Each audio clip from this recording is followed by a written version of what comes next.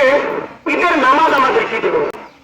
দেখেন, আমরা এই ঈদের দিন সবাই আনন্দের খুশি হয়ে ঈদগাহে আসি।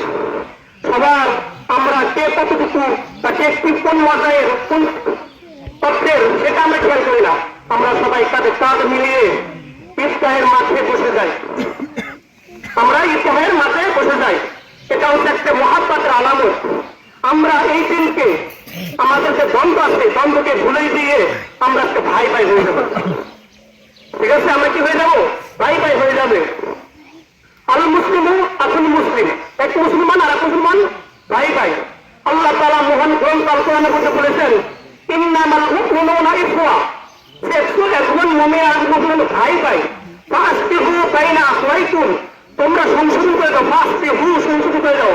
বাইনা আখওয়াইকুম, তোমাদের অপর দুই ভাইয়ের মাঝে, বন্ধুদের দুই ভাই রয়েছে, দুই ভাইয়ের মাঝে তোমরা জোড়া লাগিয়ে দাও।